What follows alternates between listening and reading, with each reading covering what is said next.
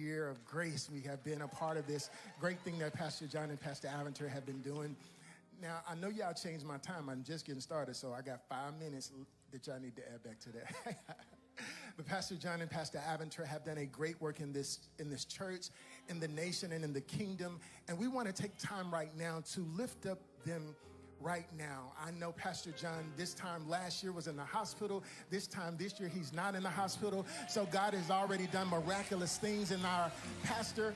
So we want to say to Pastor John and Pastor Aventer, we love you. We thank you. Thank you for entrusting us with this kingdom, with this pulpit. We're going to be quick. We're going to get to it, and we're going to go. All right? So my name is Pastor DeMarcus, as I said before. I want to get directly into the message because I got a long way to go in a short time to get there. But it's not, okay, great.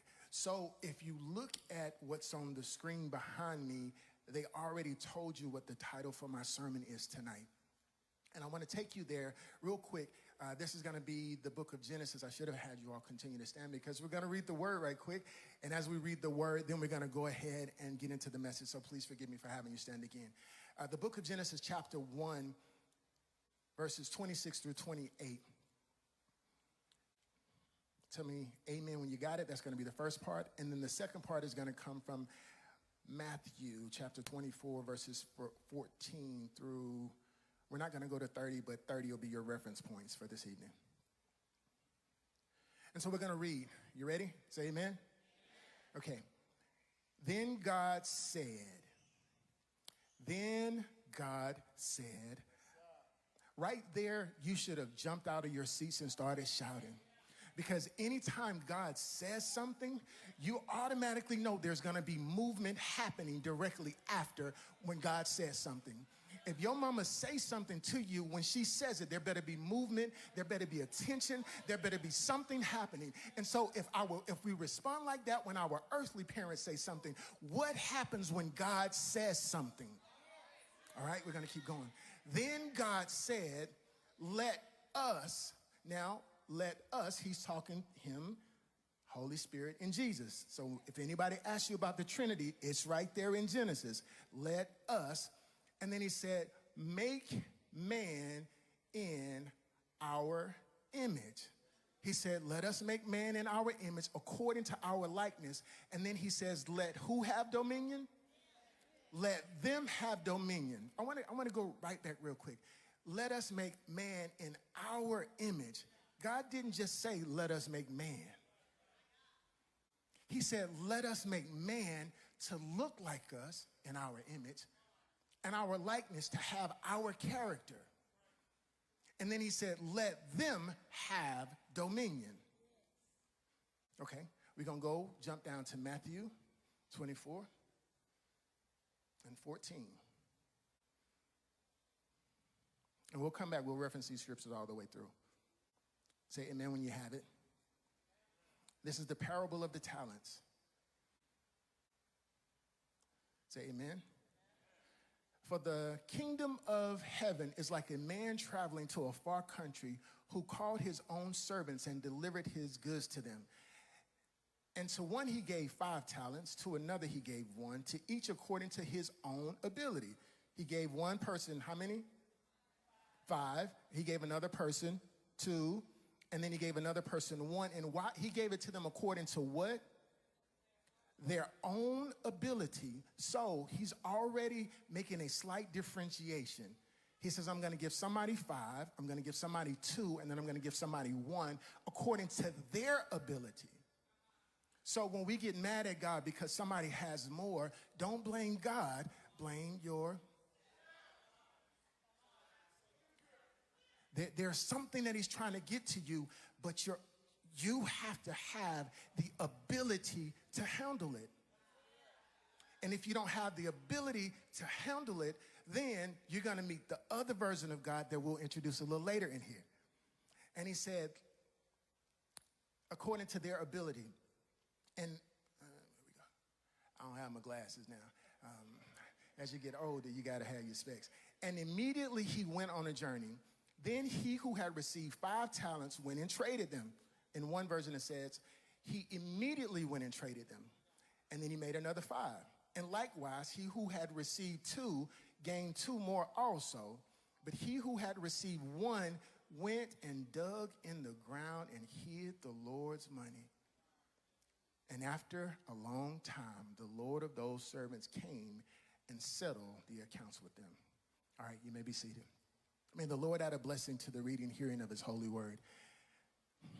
This concept of let them have dominion is a concept that we don't really talk about a lot in our Christian world in the United States. And is anybody from a place that they have kings and queens, i.e. the UK, places in Africa? If you had a queen or a king as a monarch, Elder had a king as a monarch, correct? Does anyone else come from a place that they had a king or a queen as a ruling body? I know they do over the pond. And the reason I ask that is because if you don't understand what a king is, you don't have a true reference point for the kingdom. And so if we don't operate with a king and we don't see God as a king, when the word says, let thy kingdom come, thy will be done, we don't have a true expectation of what the kingdom is. And so when we're saying let them have dominion, what we're trying to do is we're trying to establish a kingdom here on earth, not physically yet, first in your mind. The reason it has to happen first in your mind is because you don't have a reference point for what the kingdom is. And so in order for me to give you money, I would waste it, because if you don't have a palate or an ability to receive it and you don't understand how money fully works, then I say have dominion over it. You don't fully know what you're supposed to do. Because if I get $1 million, the first thing I think I'm going to do is what? Spend that check and get it right back. We have a spender's mentality because we don't understand what the kingdom is set up for. So let's go back and take a look at this thing called dominion. When God says, let them have dominion, he's saying, let them rule. God has a kingdom in heaven. He created the heavens and the earth. In the beginning, God created the heavens and the earth was without form and void. And he created on the first day, and on the second day, the fish of the sea, the fowls of the air, the sun separated it, all these different things. And on the 6th day, he said, I'm going to create man in my image so they can do on earth what I do in heaven and rule. So I'm trying to set up kingdom principles. It's foreign to some of you all. It's familiar to some of you others. I just ask that you bear with me because this is a teaching moment. I'm setting some things up. When you get dominion and learn how to rule, then things come with rulership. If I make you a king, guess what comes with being a king or a queen? A kingdom comes with it. And when the kingdom comes, authority comes. Power comes, ability comes, resources come, people come, things come to make sure that the kingdom is successful. Why? Because the kingdom is supposed to continue on earth as it is in heaven. One of the issues is that we don't see kingdom in our daily lives, we see jobs. We see bills, we see problems, we see all these different things. But when we realize what happens with kings, kings don't see problems, they speak to problems. Kings don't see bills, they speak to bills. They know that they have things in their kingdom that will automatically take care of whatever resource issues and needs that they have. But first, we got to get the kingdom into your mind, because when you get the kingdom into your mind, it becomes a part of your heart, a part of your spirit, and then you have the ability to do what God does, and that's rule. Our next issue when it comes to kingdom is we don't even, because we don't know what the kingdom looks like, we don't expect the kingdom from God. And then when we say it, then y'all look at me like y'all looking at me now. Why this man in here with this tight vest on talking about kingdom on a Wednesday night? I told you I had a package for you. It has your name on it. I'm trying to get something to you that you don't even know you got. And the issue is, it was already yours. Somebody lied to you and deceived you and made you believe that you were not a king or a priest because you don't feel like it.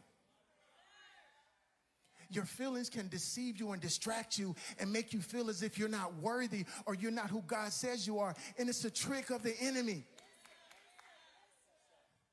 We want to get something to you, but we have to break off the stronghold from your mind and from the environment and from those things around you that you've seen. And I'm speaking from someone who had a mindset that I believed all I could do was work and earn a good living and protect and provide for my family. And God said, yeah, but you're a king. That stuff comes with the territory. You don't have to press for that. You have words, and it's so crazy. I said, when God said, let there be light, what happened? When God said, let the earth bring forth fruit trees and the earth bring forth animals and all these different things, what happened? The issue is we don't see ourselves as the word says. God says, I'm going to make man in my image and in my likeness. So if God says, let there be light, and there is light, what can I speak to? What can I say something to? What can I declare over my own life? What can I declare over my finances? What can I declare over my relationships that will change the tenacity or change the trajectory or change the scope of those relationships? What can I do to speak to the thing and the thing change? Mother, what can you do to speak a life over your child and your child become who he or she is supposed to be? I know I grew up in Atlanta. I was in the streets. Nobody can tell. You know why? I don't look like you. People say you don't look like your story. Don't nobody know what you've been through. Don't nobody know what you've been through. Brandon talked about he had been through welfare and all these different things. You don't know what the streets of Atlanta are like in the 80s and the 90s when I went to school looking for the drug dealer because he had a mouthful of gold teeth and a pocket full of money. And I'm like, man, I ain't found no part-time job that looked like that. What can I do to be down? Now, I didn't realize that drug dealers don't sell drugs in the morning, so when I went to go look for them at 9 a.m., they had already gone to sleep at night, and then my mama would have whooped me if I stayed out overnight, so I couldn't do that, so I had to go get a job bagging groceries, so drug dealing was not in my future. But I'm saying this to say, I had to find a different way because God called me a king. My mother spoke a life over me that she expected me to become a minister. You've been How did I get here? Somebody spoke something over me. Somebody spoke something over you because they knew that the life that God had called you to was going to be a life that you wouldn't see initially, but it had to be something that you spoke to until that thing manifested. So what did God give you? He gave you dominion. Now, when he gave it to you, what did you do with it? These are going to be some hard questions. What did you do with what God gave you? He gave somebody an ability to bake the best cake in the world, and they didn't bake it. And Mrs. Smith's is in stores every week. He gave somebody an idea to start. I remember when I was in high school at 18, I had an idea to make a car that you could crank up without having to use a key, and you could just use your fingerprint. I actually have the blue book that I wrote it in. 30 years ago, I had that dream, and what are we doing right now? Somebody took something. They said it, spoke it, believed it, and had something that we're going to develop into. They had stewardship to work that thing until it came to pass. Let's identify this thing called stewardship. The word steward is different than we think. If I am a steward over something, that means I am responsible for something that belongs to somebody, but it's in my care, and it's in my care to manage it, to protect it, to develop it, to grow it, but to turn it back in at least as good as, but if not better than it was before. The challenge with most of us, in many cases, myself, I'm not talking about y'all, I'm talking about me. The challenge is the things that we have been given, have we truly been stewards over them? And have we done like the guy with the one talent? Did we bury them in the ground? We have an ability to do something, but what are we doing with what God gave us? And so he gave us stewardship. How do you handle what stewardship really means? So I said, I had a box and I got a package, and I realized that I was delivering something to you, and then I gave it to you and you dropped it. You kicked it on the ground. You fumbled it. It was cracked. It broke. All these different things happened to it, but we didn't truly realize what value it had.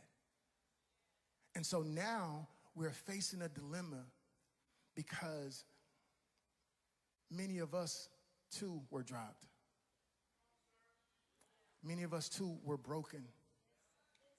Many of us, too, were mismanaged. Many of us, too, were handled wrong. And the value we were supposed to have when we got to a certain place that made us remember we were kings and queens, somebody broke us. Somebody broke our hearts at a job.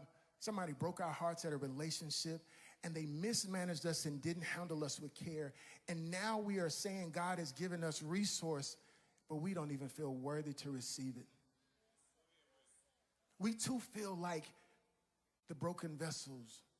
We know God gave us dominion. He gave us authority. He gave us power. He made us kings. He allowed us to do all these different things. And then somebody didn't do what they were supposed to do.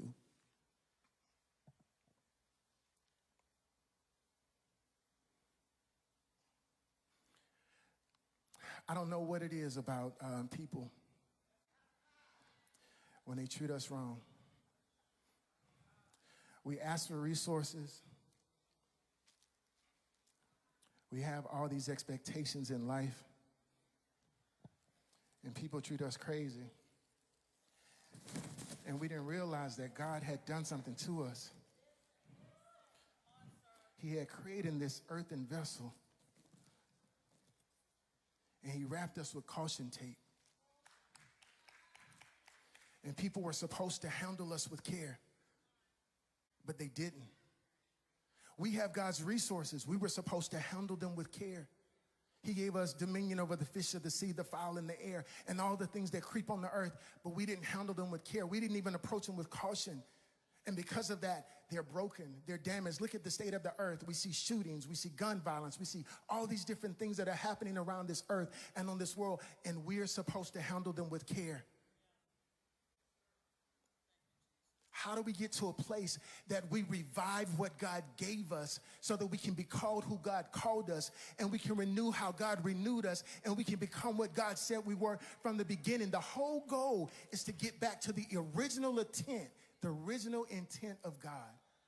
Let us make man in our image, but let's handle him with caution.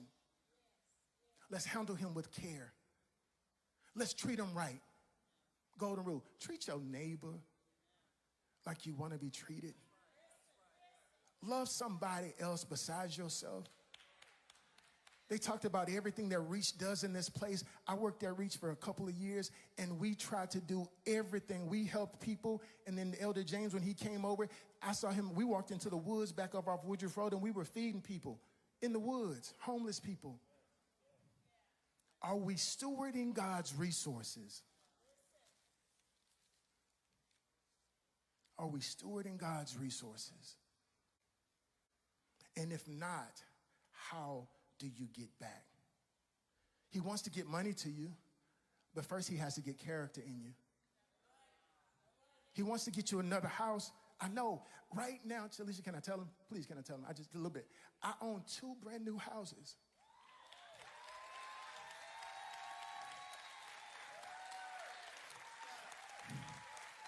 I bought them in 2 years.